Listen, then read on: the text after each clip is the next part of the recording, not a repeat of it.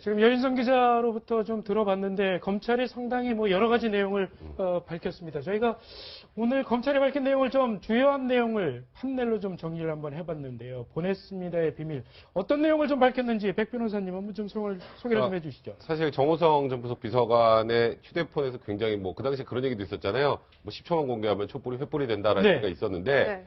굉장히 많은 양의 통화와 문자 메시지를 서로 나눴다라는 부분이 확인이 됐고요. 그 네. 시기가 뭐 침초 뭐 2013년 2월부터 2014년 12월까지 통화가 895회, 네. 문자가 1197회. 저 정도면 사귀는 사람보다 많이 보낸 거 아닌가요? 네. 통화와 네. 문자 이거 내용 자체는 사실 구체적으로 밝히진 구체적으로 밝히진 않았죠. 그리고 이제 문자 내용 중에 뭐 보냈습니다라는 문자가 237회라고 하는데요. 이게 무슨 내용입니까? 보냈습니다라는 건 뭔가 자료를 보냈다는 얘기겠죠. 네. 그러니까 지금 확인된 게 지금 자료 보낸 게 네. 총 그 180건 정도 문건을 유출했다라고 지금 확인이 됐는데요. 네. 그 부분에 관련된 문자 내용이 아닐까라고 보는 거고 또 하나 마지막으로 사실 가장 충격적이었던 게 뭐냐면 예. 둘이 메일을 공유했다는 겁니다. 네. 메일을 공유했다. 네, 메일 주소를 공유했다는 건 뭔가요? 사실상 정호성 부속 비서관이 볼 수 있는 건 최순실 씨도 다 봤다는 거잖아요. 예. 저 부분까지 오늘 검찰이 확인해 줘서 뭐 통화 내용 중에 과거에 뭐 10초만 공개하면 횃불로 변한다라는 정도의 내용까지 공개하지 않았지만 사실상 검찰이 가지고 있는 증거자를 뭐 창고 대방출했다 뭐 이런 표현까지 쓰는 그런 상황입니다. 네, 이 메일 주소를 공유했다는 부분을 유심히 쳐다봐야 될 것 같은데, 메일을 공유했다는 거는 똑같은 Gmail 아이디와 비밀번호를 알고 있었대요. 그래서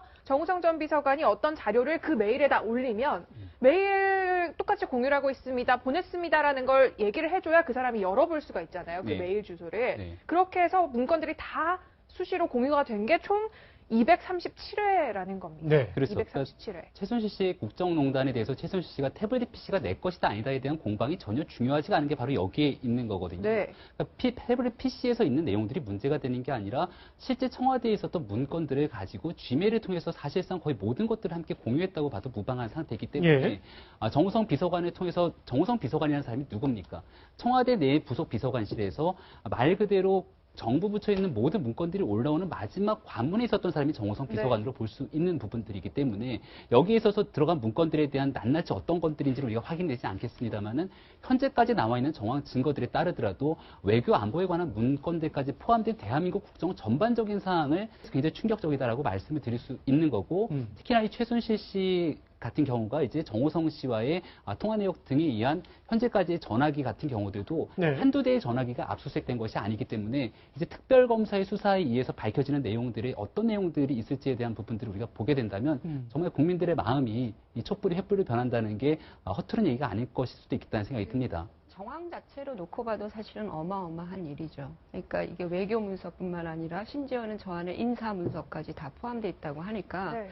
국가의 기밀이 실제로는 저 G메일을 통해서 다 날라졌다라고 봐야겠죠. 그렇죠. 근데 그거를 사실 서로 메일 주소까지 공유하면서 열어봤다는 거 아니겠습니까? 근데 사실 저들이 실제로 상당히 의도성을 가지고 치밀하게 준비한 과정이었다는 걸 제가 발견하는 것 중에 하나는 뭐냐면 사실은 정호성 비서관이 최순실 씨의 이메일로 사실 저 문건을 직접적으로 주고받았다 그러면 네. 그런 어떤 기록들이 남을 거 아니겠습니까? 정황적으로. 네.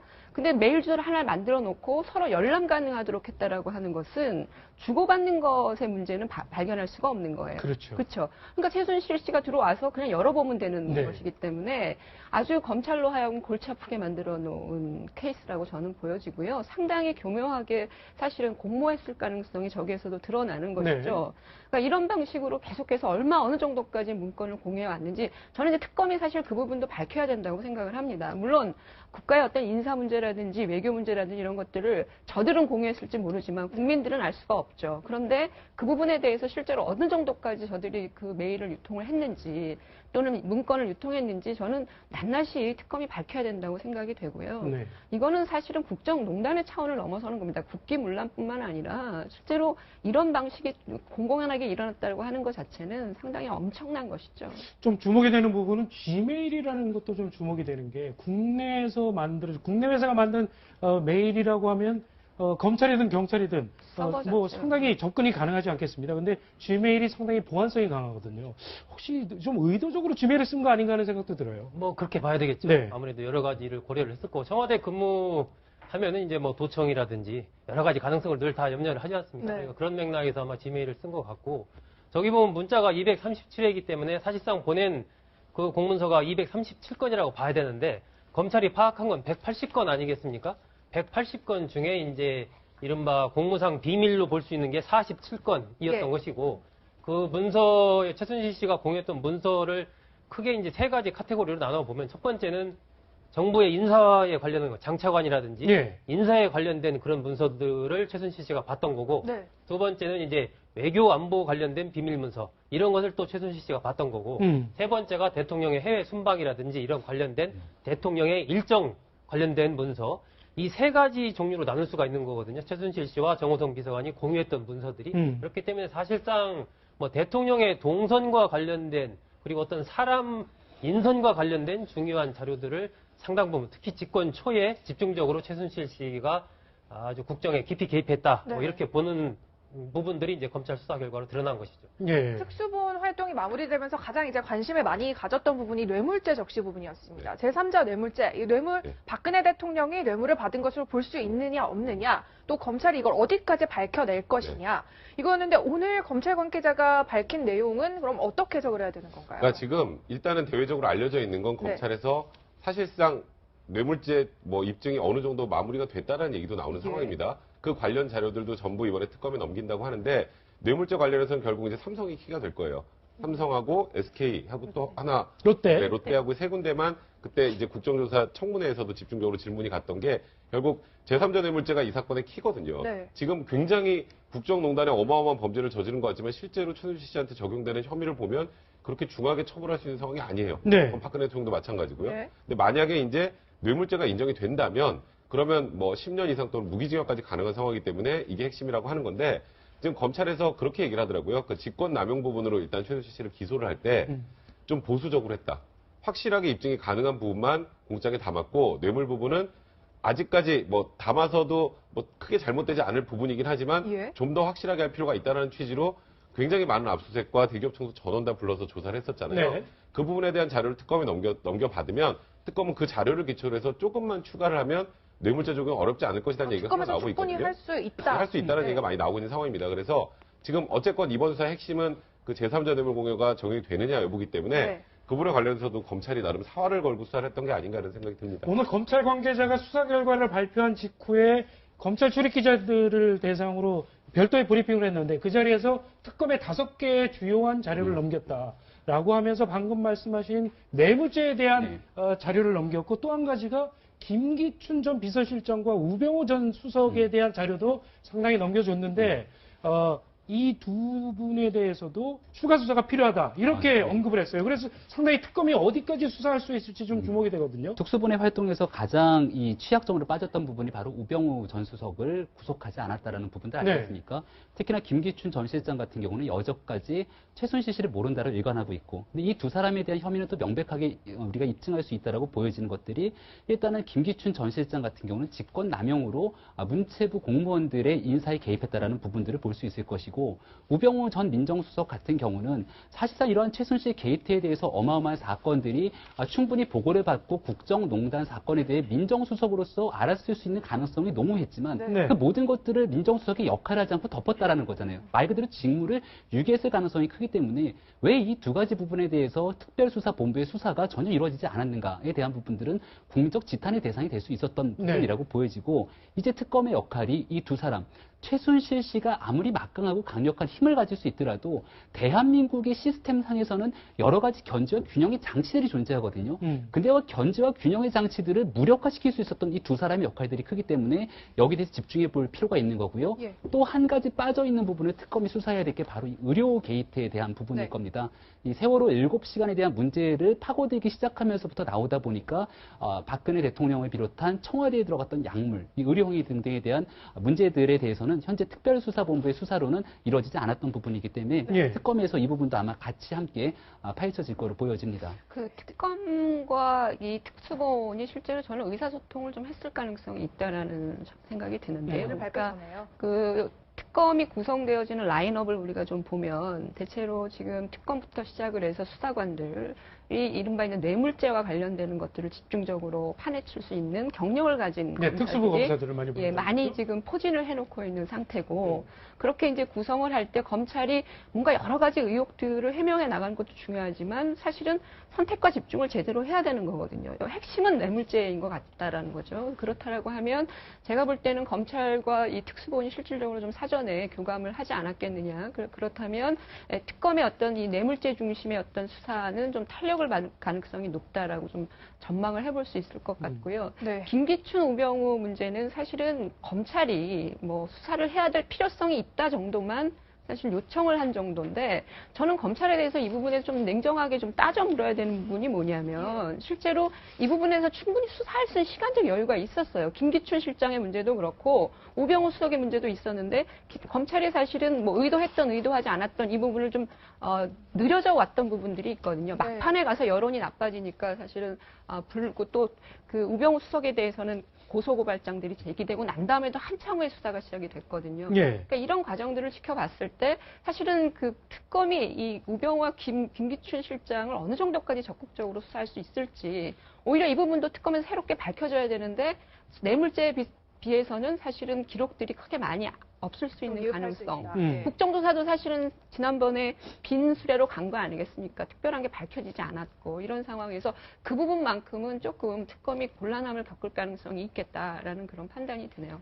네, 소정석 국장님. 그동안 참 논란이 많았던 이 태블릿 PC 있잖아요. 태블릿 PC의 출처에 대해서도 자세하게 설명을 했는데 그동안 최순실 씨는 이 태블릿 PC가 내 게 아니다라고 주장을 해왔습니다. 그런데 검찰이 밝힌 건 최순실 씨의 동선과 사용 흔적이 정확하게 일치를 하고 심지어 독일에 가서도 이 PC로 문자를 보낸 흔적이 있다는 거예요. 그렇죠. 그 부분은 이제 최순실 씨의 거짓말이 아마 계속 그렇게 거짓말을 할 건데 네. 결국 검찰은 이제 수사에서 증거로 말할 수밖에 없으니까 예. 태블릿 PC의 동선을 하나하나 추적을 해보니까 최순실 씨가 독일에 있을 때 같이 이 태블릿 PC도 거기에 있었고 로밍 그러니까 기록 이런 게 문자가 그렇습니다. 때리는 로밍 거잖아요. 기록이라든지 그 해외 저 대사관에서 안전 같은 거 보낸 문자 같은 게 수신된 기록 이런 것들이 그대로 다 남아 있고 또 제주도의 장시호 씨 아파트 부근에 이렇게 예. 갔을 때는 같이 또 이것도 태블릿 PC도 같이 가서 거기서 네. 또 여러 가지 사진 찍은 이런 기록들이 그대로 남아 있고 그러니까 동선과 태블릿 PC의 위치를 상호 비교를 해보니까 최순실 씨가 있는 곳에 태블릿 PC도 같이 있었다.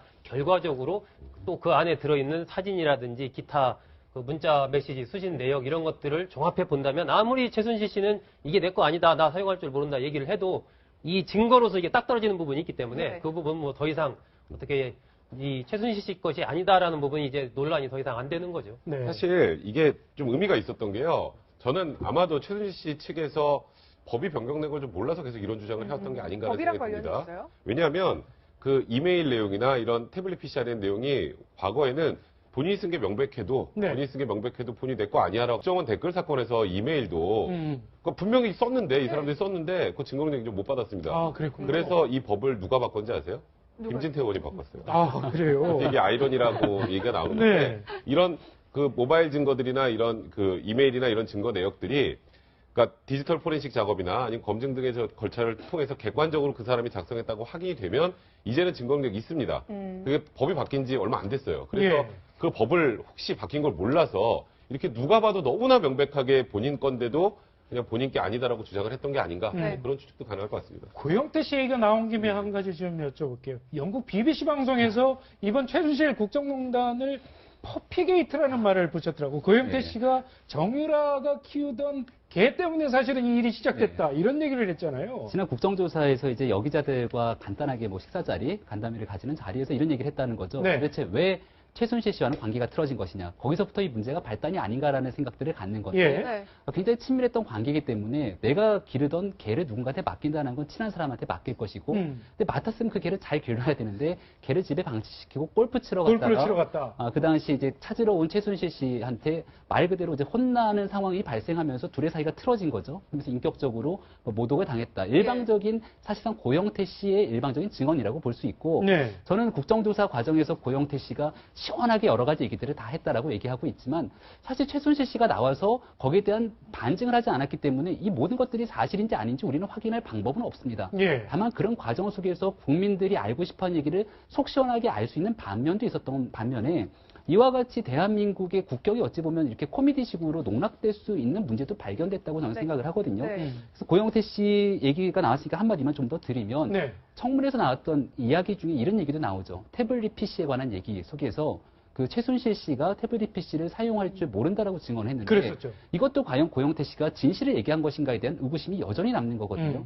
말 그대로 이번 사건이 발달된 거는 BBC도 방송을 했지만 고영태 씨가 배신했기 때문에 이 모든 것들이 밝혀졌다고 얘기하는 건데 네. 고영태 씨는 또 아니라는 증거 정황, 말 그대로 최순실 씨가 태블릿 PC를 사용했던 걸 몰랐다는 것 때문에 이런 얘기가 나오는 거기 때문에 어디까지 고영태 씨의 말이 사실인지에 대한 여부를 좀 우리가 판단할 부분들은 있지 않을까 싶어요. 커피게이트 부분은 그러니까 네. 물론 이제 그러한 우연적인 사건이 하나의 역사의 필연을 만드는 경우들이 있죠. 네. 물론 그렇게 감정적으로 그때의 일이 하나의 계기가 됐을 것 같긴 합니다. 하지만 그것으로 인해서 현재의 사건 전체를 설명하는 것은 좀 그럴 것 같고 네. 결국은 차은택 씨와 고영택 씨와 최순실 씨와 이 세 사람의 관계 속에서 그러니까 그 전에는 고영태 씨가 빌로밀로 가방으로 해서 뭐 여러 가지 납품도 많이 하고 잘 나갔단 말입니다. 그런데 차은택 씨를 최순실 씨한테 이제 고영태 씨가 소개하고 나서부터는 사실상 최순실 씨와 차은택 씨가 같이 큰 사업들을 아주 기가 막히게 벌여 나갔거든요. 그렇죠. 고영태 씨는 자기가 소개해줬지만 자기는 뒤로 밀려 빠지는 상황이 됐단 말입니다. 그러니까 그 상황이라는 결국은 돈의 흐름이 최순실 씨와 차은택 씨 중심으로 돈의 흐름이 굴러갔다는 거죠. 고영태 씨는 거기서 소외를 냈고 네. 아마 그런 부분들이 이 고영태 씨가 반감을 품고 이번 사건을 또 일으키게 된 강아지만의 문제는 아니라는 거죠. 네. 네. 근데 알겠습니다. 사실 예, 예. 이 문제의 출발점은 뭐 네이처 리퍼블릭 그 과정에서 나비 효과라고 많이 예, 하죠. 그 부분에서 이제 우병우 수석의 존재 문제가 이제 거론이 되면서 몇몇 언론들에서 이미 이런 어떤 예측성 그런 보도들을 일부 한 부분도 있죠. 근데 이게 이제 퍼피게이트라고 우리가 이제 영국 BBC에 의해서 사실은 우리 정치와 우리 국가의 국격을 상당 부분 폄훼하는 발언이다라고 생각이 네. 됩니다. 대통령까지 탄핵을 시킨 마당에 이 탄핵의 어떤 출발점이 강아지였다니 이런 어떤 그 서글픈 생각을 네. 만들게 한 것이고요. 이런 방식으로 고영태, 국내 여론에도 그런 게 있습니다. 고영태 증인을 마치 영웅처럼 또는 청문회 스타처럼 이렇게 취급하는 이 소위 말하는 인터넷, 이 SNS 공간에서의 어떤 노력들이 예. 바로 이런 그 외부에서의 시선들을 만들어낸다라고 하는 점을 봤을 때는 저는 우리 스스로가 그런 걸 할 필요는 없다고 생각이 되고요. 한 가지 되묻고 싶은 게 과연 고영태 증인이 밝힌 게 뭐가 있나요? 저는 제가 알고 있는 것 중에 그 태블릿 PC에 그걸 전달해 준 사람이 고영태였다라고 하는 썰도 있었잖아요. 네. 근데 그것도 아니고 네. 도대체 이 최순실 씨가 해왔던 여러 가지 국정농단의 과정도 차은택 씨는 일정 부분 알고 있더라고요. 같이 뭐 예를 들면 이권에 개입을 했다든지 이런 부분들이 있기 때문에 근데 아무것도 지금 얘기를 해준 게 없어요. 근데 왜 이 사람이 갑자기 이렇게 청문회 스타가 되는 건지도 저는 이해할 수가 없고요. 사실 네. 이번 부분이 예. 이제 좀 커지게 된 배경 부분에 이 대통령의 연설문이 최순실 씨한테 갔다. 그 얘기를 처음 한 게 고영태 씨 아닙니까? 그렇죠. 예, 연설문 고치는 걸 제일 좋아했다라고 언론에 얘기한 연설을 그런 고치는 걸 부분, 이제 좋아해요. 그런 부분들이 이제 상당히 이 인화성 있게 키운 부분이 있고 사실은요 이게 고영태 씨가 언론과 접촉하는 과정에 대해서 제3의 인물이 있습니다. 네. 접촉한 게 아니고. 알겠습니다. 지금 다 같이 마음이 착잡한 와중에 축제 분위기인 곳이 있는데요. 바로 북한입니다. 이 촛불 집회의 화면을 보도를 신속하게 하면서 네. 특이한 점이 있어요. 건물을 백성훈 변호사님 위에 보면은 다 모자이크 처리를 해놓은 게 보이시죠? 중간에 이순신 동상, 세종대왕상 전부 다 모자이크 처리가 되어 네. 있어요. 그러니까 저 부분은 아마도 뭐 우리나라가 잘 사는 거 보여주기 싫어서 저런 건지 네. 아니 뭐 세종대왕상이나 저런 부분은 보여주기 싫었었던 건지 모르겠습니다만 예. 북한 입장에서는 우리나라 이렇게 혼란스러우면 저들은 축제죠. 그러니까 저 부분 때문에 사실 더 지금의 작금의 사태가 더 안타깝다는 생각이 드는 게 네. 북한은 뭐 어쨌건 이 남한의 계속 혼란 상황을 보면서 요즘에는 뭐 사실 좀 이런 말하기 좀 뭐지 미사일도 안 쏘잖아요. 그러니까 그냥 즐기고 있다는 생각이 드는데 저런 걸 보면서 사실 이번 상황이 더 역설적으로 국민들이 더 창피하다는 생각이 좀 많이 듭니다. 네. 또 최근에는 북한 김정은 위원장이 특수작전대대 전투훈련을 참가했다고 하는데요. 근데 이 화면을 보면 좀 뭔가 이상한 점이 보입니다. 영상 한번 먼저 보시죠. 대상물을 둘러싸고 있는 높은 산꼬지들에서 활공 낙하산을 타고 날새 마냥 소리 없이 눈 깜빡할 사이에 침투하여 외부 경비 용량 소멸을 위한 과감한 전투 행동을 진행했습니다. 네, 지금 저기 동그라미 친 거 보이시죠? 네. 청와대 본관이랑 똑같이 청기화집을 3동을 만들어 놓고 거기에 침투 훈련을 했다고 하면서 김정은이 저기에 참관을 했어요. 오늘 오늘 밝혀낸 건데 왼쪽이 실제 청와대 모습이고 오른쪽이 북한이 청와대 모형을 만든 겁니다. 지금 연기로 거의 불타오르고 있는 모습 보이시죠? 네. 지난번에 국방부에서 한번 발표를 한번 한 적이 있었죠. 네. 4월 달인가요? 5월 달인가? 그때 한번 북한이 청와대 모형을 만들어 놓고 타격 훈련을 하고 있다. 뭐 그때도 한번 발표를 했었는데 지금 보면 아마 나오는 화면이 훈련하고 있는 화면이 이제 청와대 처음으로 영상이 모형을 공개된 만들어 놓고 겁니다. 예, 그렇게 예. 한 것 같고요. 북한으로서는 뭐 어쨌건 이 자신들이 생각하고 있는 남한의 최고 이 수뇌부 네. 청와대를 직접 이 타격하는 그런 훈련을 함으로써 어떤 내부의 자신감이랄까 이런 것들을 이제 과시를 하면서 김정은 체제의 안정감 이런 것들을 이제 주민들한테 좀 선전 홍보를 하는 거죠. 네. 또 하나 북한이 저렇게 이제 이른바 타격 모의 시험까지 공공연하게 보여주면서 네. 이럴 수 있는 것에 하나의 문제점 뭐냐면 지금 사실 한반도가 외교 공백 상태에 있는 거죠. 우리 대통령이 탄핵을 받으면서 다양한 어떤 외교 회담이라든지 이런 것들이 다 줄줄이 취소되고 있거든요. 근데 특히 이제 미국 같은 경우는 정권이 바뀌었고 이런 상황에서 좀 더 적극적으로 외교적 접근을 해야 되는 이 시점에 우리의 어떤 국내 정치가 지금 대통령이 거의 부재한 상황이 돼버렸다라고 하는 점이고 네. 저들은 그걸 노리는 거죠. 그 외교 공백 상태를 노려서 어떤 방식으로든 자기 선전전을 해내고 그리고 남한이 얼마나 취약한 상태에 있는가를 역으로 또 보여주는 이런 어떤 아주 정치적 공작을 하고 있다고 저는 보여지는데 하루빨리 우리가 이 시국을 수습해야 되는 대표적인 이유이기도 합니다. 네. 그래서 그럴까요? 이번 훈련에는 또 청와대 내 주요 인사를 생포하는 작전까지 포함됐다고 합니다. 영상부터 보시죠. 콩복듯이 울리는 정성과 수류탄이 장렬하는 속에 역적 패당들을 모조리 사살한 전투원들은 심판대에 꿇어앉힐 악당들을 생포하고 연기처럼 사라지었습니다. 네, 지금 방금 보신 이 동그라미 친 안에 빨간색 인형 모형이 있어요. 청와대 내에서 청와대 주요 인사를 생포해서 네. 이제 끌고 가는 모습까지 연출을 한 건데 참 북한 해도 너무한 것 같지 않습니까? 앞으로 북한이 이렇게 대한민국 정치 상황에 깊게 개입할 수 있는 확률이 꽤 높고요. 그럼에도 불구하고 지금 북한 같은 경우가 적극적인 도발 조치를 취하지 않는 것을 볼 수 네. 있는 것들은 대한민국 정치 상황을 누구보다 잘 알고 있다는 겁니다. 만약 이와 같은 혼동 상황 속에서 북한이 미사일을 발사하거나 적극적인 도발 조치를 취하게 된다면 대한민국에 있는 보수 세력들이 다시 한번 집결할 수 있는 가능성을 열어주기 때문에 북한도 남남 갈등을 더욱더 지켜보고자 하는 여러 가지 정치적 포석들이 깔려 있는 거거든요. 그러한 과정 속에서 내부를 결속할 수 있는 일부의 행위를 했다는 정도로 아마 우리가 볼 수 있지 않을까 싶습니다. 네.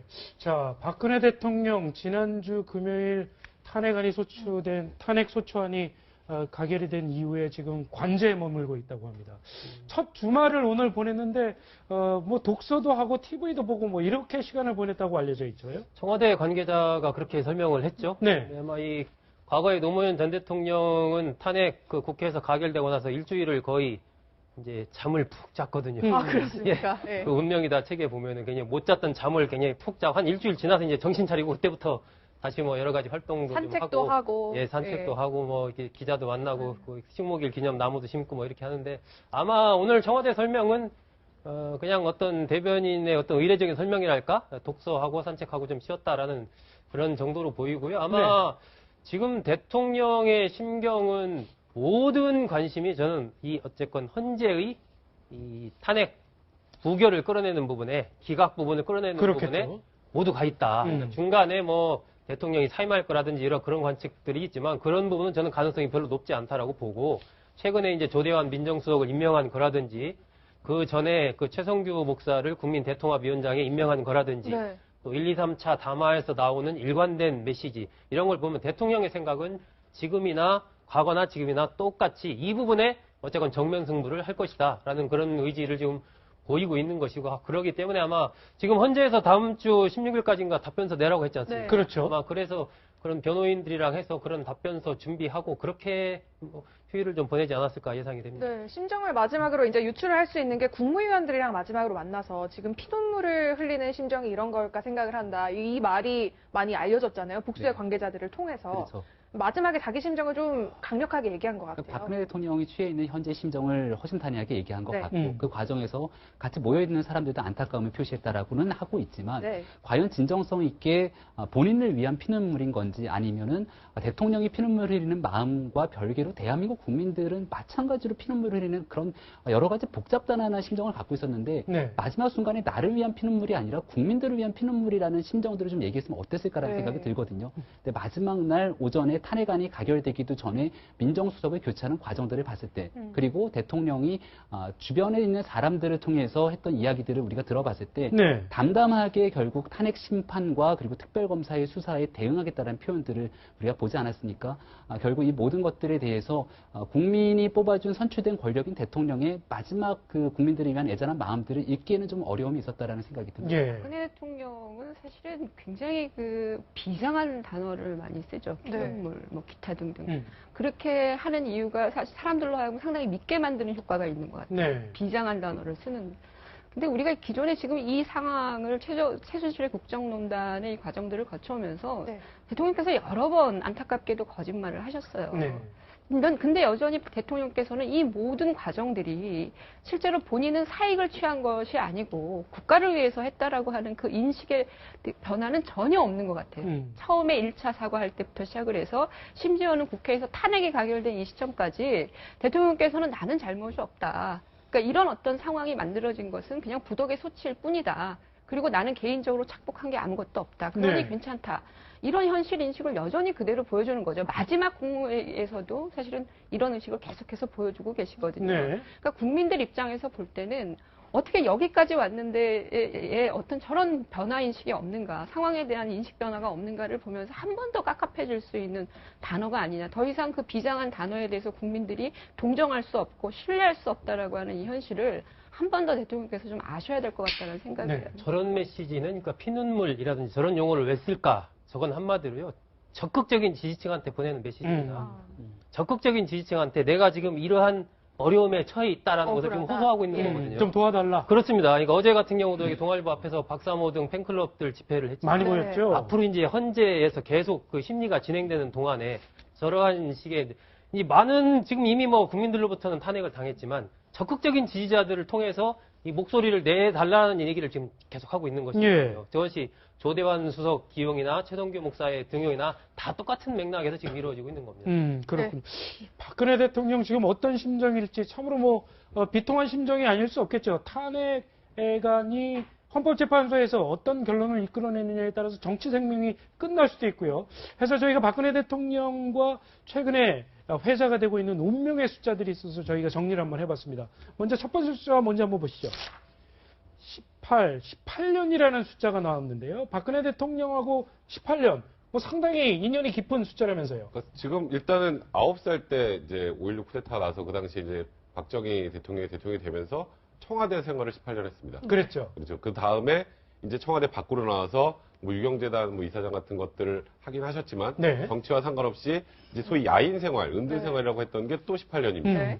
그리고 이제 그 나중에 이제 달성군 선거, 보궐선거로 정치권에 입문을 해서 지금 대통령이 돼서 지금 들어온 이 4년 동안을 또 기간을 합치면 18년이에요. 18년이고. 그러니까 세 번의 이 18년이 이렇게 연속이 되고 있는 건데, 그러니까 이제 어찌 보면은 박근혜 대통령이 청와대 과거에 그 영예 시절에 나오게 된 건 아버지가 안타깝게도 총탄에 숨지면서 뭐 인용이 돼서 나가게 되면 네. 본인 역시 18년 만에 또 불명예스럽게 또 퇴진을 해야 되는, 어찌 보면 굉장히 좀 박근혜 대통령이 뗄래야 뗄 수 없는 숫자라는 생각이 네. 또 한 가지 공교로운 사실은 또 박근혜 대통령이 18대 대통령이에요. 네, 그렇죠. 그래서 18이라는 숫자하고 상당히 인연이 깊은 것 같다. 뭐 이런 네. 얘기가 좀 돌고 있는 것 두 같아요. 번째 운명의 숫자 한번 한번 볼까요? 볼까요? 네. 516. 여기에 점. 51.6%. 네. 네. 뭔가요? 점이 이렇게 옮겨지는 게 공교로운 건데 네. 송국장 아시죠? 5.16이 일어나고 네. 51년 6개월 뒤에 네. 51.6%의 득표로 대통령에 당선된 겁니다. 아, 5.16으로 정말 기가 막힌 아버지 박정희 대통령이 정권을 잡았고, 그렇습니다. 그리고 그로부터 51개월 후에, 51년 51년 6개월 후에, 뒤에. 네. 51.6%의 득표율로 당선이 됐다. 그렇습니다. 참 역시 기묘한 숫자인 것 같기도 하네요. 그래서 일각에서는 헌재 인용 뭐 기각 결정이 5월 16일 날 나는 거 아니겠냐 이런 얘기도 하더라고요. 그러니까 여러 가지 얘기들이 있는데 결국 박근혜 대통령이 했던 여러 가지 얘기들 중에 파울로 코엘니의 소설에 나왔던 얘기들을 인용해서 얘기했던 네. 간절히 원하고 바라면 뭐 온 우주가 나서서 도와준다라는 얘기들, 뭐 혼이 비정상이다라는 이야기들 때문에 국민들이 이제 조롱 섞인 얘기들로 이런 얘기를 하는 거죠. 그러니까 온 우주가 나서서 이런 뭐 혼이 비정상인 이런 숫자들을 만들어낸다라는 뭐 우스갯소리들도 있는 건데 글쎄요, 저는 뭐 그 뭔가의 연관성을 찾기는 어렵겠지만 지금 네. 현재 박근혜 대통령을 향한 국민들의 민심 힘이 이 정도이구나라는 걸 보여주는 수치 정도로는 해석할 수 있을 것 같습니다. 그렇군요. 자, 또, 네, 또 말씀하시죠. 다른 편에서 보면 사실 박근혜라고 하는 정치 인물의 어떤 그 여러 가지 정치적 과정들을 18 곱하기 3, 그 우연의 숫자라고 하는 18 곱하기 3이면 54거든요. 네. 그러니까 54년 동안 이런 정치적 역경과 굴곡의 과정들을 거쳐온 사람이 그렇게 많지가 않아요. 저는 박근혜 대통령이 대통령이 된 이후에 이런 국정농단에 개입을 했거나 관여를 했다고 하지만 정치인으로서 보기에는 박근혜 대통령만큼 좋은 정치적 자원을 가진 사람이 없다는 거죠. 네. 그 굴곡의 과정에서 아버지의 유산, 또 지역의 유산, 뭐 이런 여러 가지 것들을 가져온 사람들이기 때문에 그런 차원에서 참 안타깝다라는 생각이 드는데 왜 그 54년에 내지는 그 이상의 어떤 시간들을 이렇게 아주 어이없이 이런 국정농단의 시간으로 이렇게 다 잃어버리게 되는 건지 네. 한때는 선거의 여왕이고 정치의 여왕이었는데 이런 부분들이 상당히 안타까운 부분이 있는 거죠. 사실 네. 5.16이 일어나는 그날, 네. 일어나기 전날이죠. 그러니까 전날 이제 박정희 소장이 집을 나설 때 유경수 여사가 박정희 소장에게 마지막으로 한 말이 예. 그러니까 집을 나가기 전에 그네 큰딸이 그때 숙제를 하고 있었는데 숙제 좀 봐주고 나가세요. 이렇게 이제 얘기를 하거든요. 그것이 혹시 나가서 실패할 경우에 거의 이제 죽음으로 이어지기 때문에 마지막 딸에게 할 수 있는 그것이 숙제 한번 봐주세요. 이렇게 말하고서 나가는 것으로 시작해서 어쨌건 5.16을 일으키지 않습니까? 네. 그렇게 해서 세월이 흘러가지고 51.6%로 이 과반수를 넘겨서 당선이 됐잖아요. 네. 이게 굉장히 국민들의 사랑을 많이 받아서 사실 당선된 겁니다. 과반을 넘긴 것은 그 전에 대선과 비교해 봤을 때. 그런데 그렇게 국민들의 과분한 사랑을 받은 것이 지금은 오히려 대구 경북 지역에서 정말 거의 3%라는 지지도가 나올 정도로 오히려 많은 사랑을 받았기 때문에 그만큼 기대가 컸고 아버지 생각해서 더 잘해줬으면 하는 것이 많은 사람들의 바람이었는데 더 오히려 그런 부분을 정말 이 헌법 자체를 유린하는 그렇게 돼버리니까 네. 국민들이 마음을 더 오히려 예. 세게 그냥 반대로 먹었다. 돌아보는 거죠. 네. 5.16 사태 이후에 박근혜 대통령은 18년의 은둔 기간을 겪는데요. 이때의 자서전을 보면은 고마운 사람 아니면 배신에 대한 생각이 계속 일정했던 것 같습니다. 최근에 담아와도 크게 다르지 않는데 영상으로 만나보시죠. 최순실 씨는 과거 제가 어려움을 겪을 때 도와준 소년으로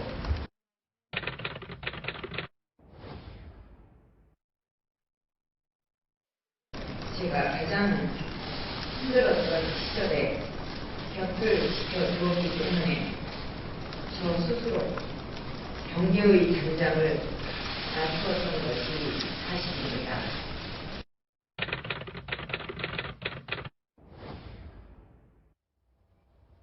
네, 지금 화면으로 1, 2차 담화 때 모습을 보셨는데 3차 담화 때에 얘기했던 모든 걸 내려놓던 그 모습을 1, 2차 때만 얘기를 했어도 조금 상황이 달라지지 않았겠느냐 뭐 이런 얘기들도 많아요. 그러니까 시간이 지나면서부터 이야기가 계속 바뀌고 있었고 네. 마지막에 갔던 제3차 담화에서는 그때야 비로소 박근혜 대통령이 최순실 씨와에 대한 모든 관계를 내려놓겠다라고 생각을 했던 건지 아니면 지금 이 순간에도 최순실 씨에 대한 믿음들이 혹시 일말에 남아있는 건 아닌지 국민들이 여전히 알 수가 없는 상황이거든요. 네.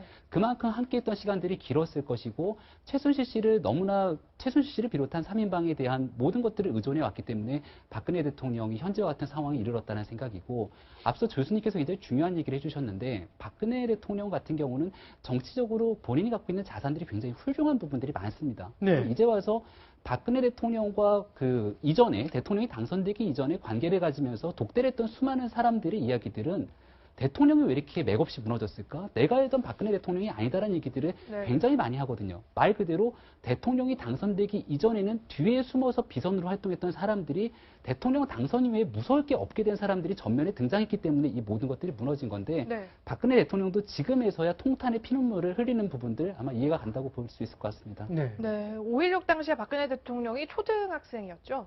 그때 일이 다 기억이 난다고 나중에 회고를 하더라고요.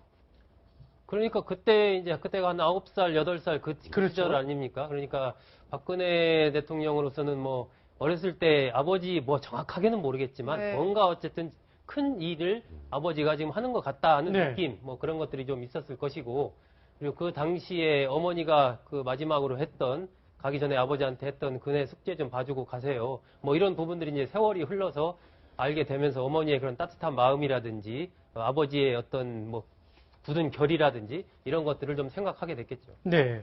자, 훗날 정치인 박근혜는 5.16에 대해서 이런 소신을 밝혔습니다. 들어보시죠. 혁명 공약에도 보면은 기아선상에 헤매이는 국민을 구제하고 이런 얘기가 나올 정도로 기아선상에 헤맸습니다. 그렇기 때문에 저는 그것은 구국을 위한 그 혁명이었다고 그렇게 생각을 합니다. 네. 지금 우리가 이제 박근혜 대통령의 문제를 아까 이제 우리 얘기하면서 18년의 어떤 여러 가지 정치적 자산 외에 박근혜 대통령이 결여하고 있는 부분 중에 하나가 뭐냐면 인식이 여전히 5.16 상태, 아버지가 건국하던 그 시대의 그 철학적 가치와 그 필요성, 배경 이런 것들에 그냥 모든 것들이 다 멈춰서 있는 거거든요. 지금 방금 그 보도 자료로 나온 것처럼 이 5.16이 그 당시에 혁명이었다. 그리고 굶어가는 국민들을 구제하는 유일한 방법이었다. 이런 식의 어떤 발언들을 하는 것이 그냥 발언으로서 끝나는 게 아니라 여전히 머릿속에 있는 그런 생각이었고 어떤 지금 바뀌는 이 세상에 대해서 어떤 방식으로 이 통치를 해야 되는 통치행위에 대한 고민도 없었던 거라고 봐야 되죠. 그러니까 박근혜 대통령 지금 문제가 뭡니까? 청와대에 계셨지만 전혀 통치행위라는 게 없었던 거예요. 오히려 통치행위는 최순실이 한 것이고 그 3인방과 함께 했던 것이 아니냐라는 그런 결과들이 지금 드러나고 있는 것을 보면 모든 자산들을 갖고 있지만 박근혜 대통령은 아버지 시대의 인식이 머물러 있었고 그걸 넘어서는 어떤 대한민국에 대한 고민은 없었다. 결과적으로. 이렇게 볼 수밖에 없는 거죠. 네. 자, 마지막으로 세 번째 숫자 한번 보시죠. 11.16, 10월 26일. 너무도 유명한 날짜죠. 소국장님. 11.16 하면은 역시 박정희 대통령이 흉탄에 서거한 날이고. 가장 가까운 부하였던 김재규 중앙정보부장에 의해서 시해를 당한 그런 아주 우리 현대사에서 아주 잊을 수 없는 날이죠. 10월 26일.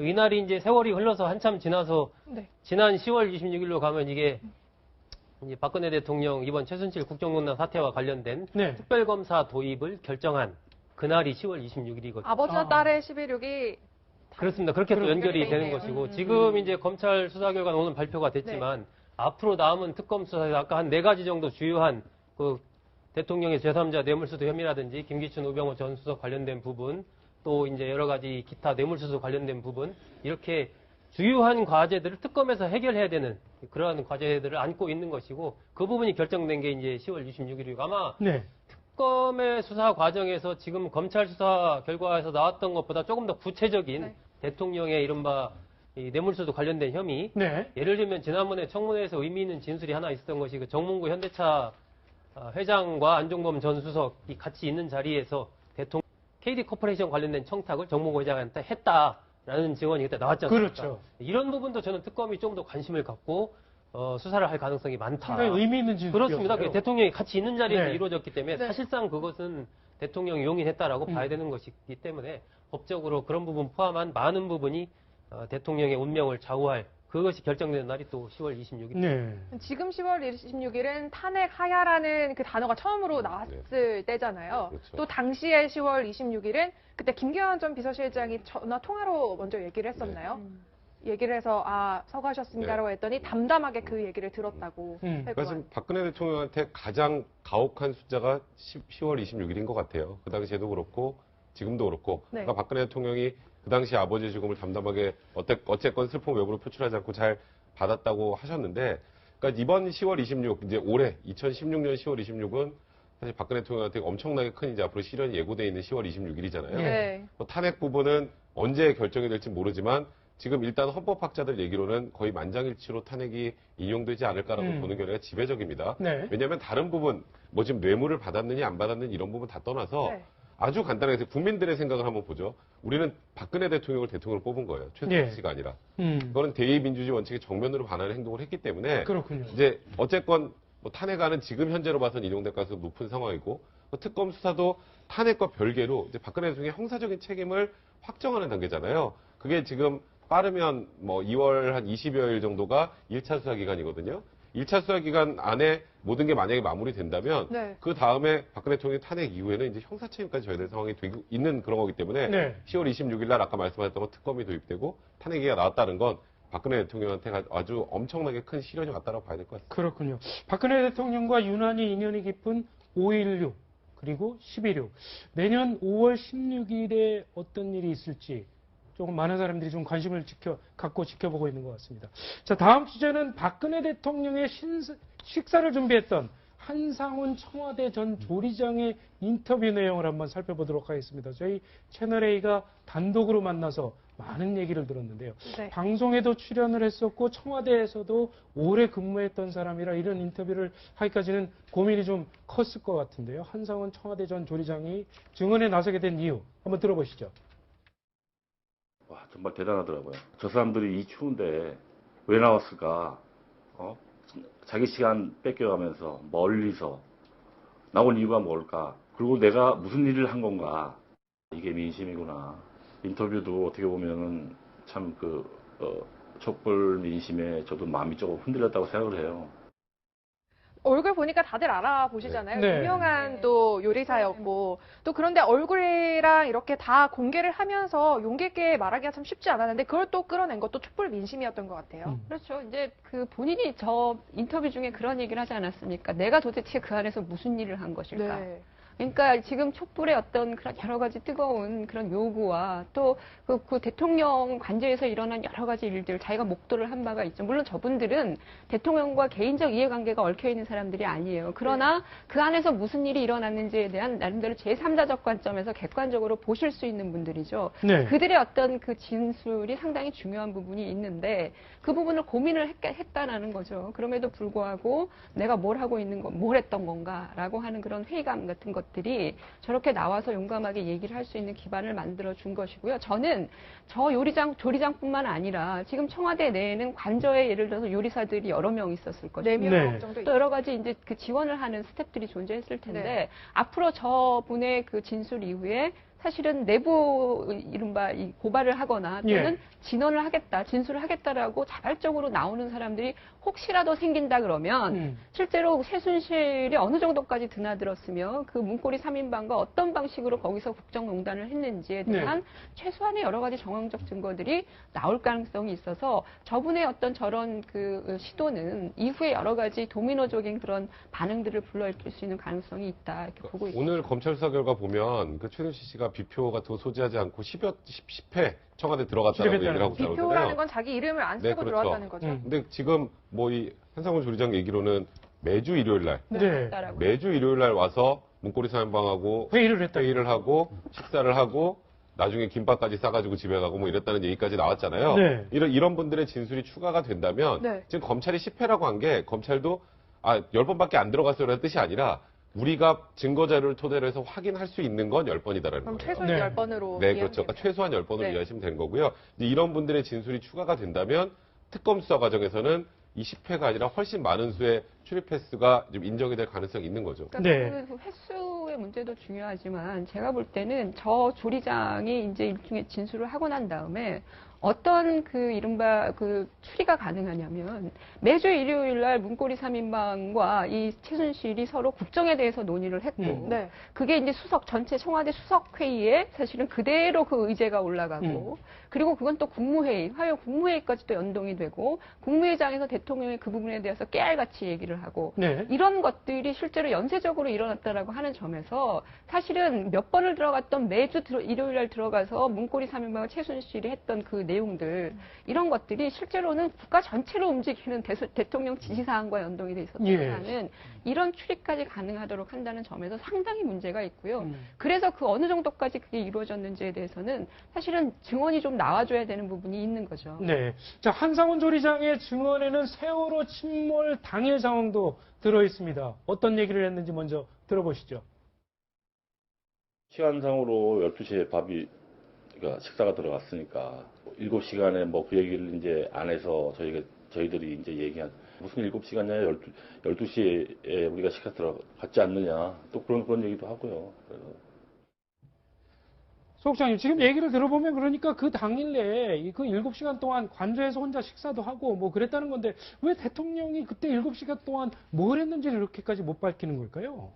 그러니까 차라리 지금 보면 이제 중간에 있었던 것이 이른바 올림머리를 하는 시간, 네. 그 시간이 한 3시 20분 정도에 이제 미용실 원장 정 씨가 들어왔다고 하니까, 네. 그리고 나서 4시 한 37분 정도까지 한 1시간 20분 남짓을 그 관저에 있었던 거 아닙니까? 예. 지금 봐서는 대통령이 아마 예를 들면은 초기에 이런 의문이 제기된 초기에 대통령이 저런 부분 국민들한테 딱 정확하게 공개를 대통령이 중대본을 가고 나서 6시 돌아오고 나서 저녁에 다시 또 1인분의 식사가 들어가고 네. 그러니까 이 현재 세월호 이 의문의 7시간 중에서 조금씩은 퍼즐이 좀 이제 맞춰진 겁니다. 네. 아직도 공백이 좀 있죠. 공백이 있고 왜 그렇다면 대통령은 이 오후에 이 시간에 적극적으로 이 세월호 구조와 관련된 적극적인 지시를 하지 않았는가? 여기에 대해서는 아직도 그것도 여전히 미스터리로 남아 있는 부분이죠. 왜 그럼 관저에 머문 것은 확실하고 무슨 지금 봐서는 관저에 2대나 있다고 하니까 식당에도 있고 방에도 있고 다 있다고 하니까 네. 그러면 분명 대통령이 그걸 보고 있었을 텐데 그럼에도 왜 그렇다면 그 상황에서 적극적인 지시나 각종 뭐 긴급 회의라든지 이런 것을 왜 안 했냐는 거죠. 그 예. 부분에 대해서는 정말 대통령이 밝힐 수밖에 없는 그게 이제 특검에서도 조사를 하겠다고 하니까 특검에서 적극적으로 그런 부분에 대해서 좀 적극적인 네. 조사를 해야 될 것 같습니다. 한상훈 전 조리장의 이야기를 들어보면 이 한상훈 전 조리장이 청와대에서 근무한 시기가 2008년에서 올해 6월까지입니다. 정말 최근까지 청와대에 있었던 건데 최순실 씨를 직접 마주친 적이 있다고 얘기를 합니다. 들어보시죠. 사실 가다가 한 2번 정도 마주친 적이 있어요. 임기 초에 들어와서 두 분 모신다고 그러면 되죠. 일요일만 되면 준비를 하고 있어요, 마음에. 정상외교.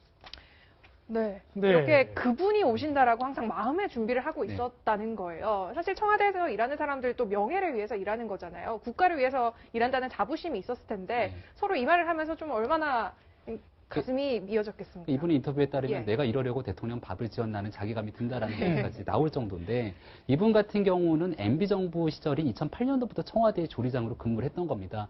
그러니까 이명박 전 대통령과 아마 비교되는 상황들을 많이 목도했을 거라고 보고요. 네. 이명박 전 대통령 같은 경우는 거의 일 중독자라고 할 정도로 새벽같이 출근해서 본인이 모든 것들을 다 만기칠함형으로 챙겼던 상황으로 볼 수 있는 건데 박근혜 대통령에 대한 부분들 속에서 저는 대통령이 그렇게 적극적으로 모든 일에 관여하는 게 꼭 도움이 되진 않는다고 봐요. 그렇다면 중간에 있는 전문가들한테 위임을 해야 되는데 박근혜 대통령이 가장 큰 문제는 네. 위임을 하지도 않고 실질적인 모든 것들을 다 챙기려고 하면서 일도 하지 않았다는 데서 사건이 발생한 거거든요.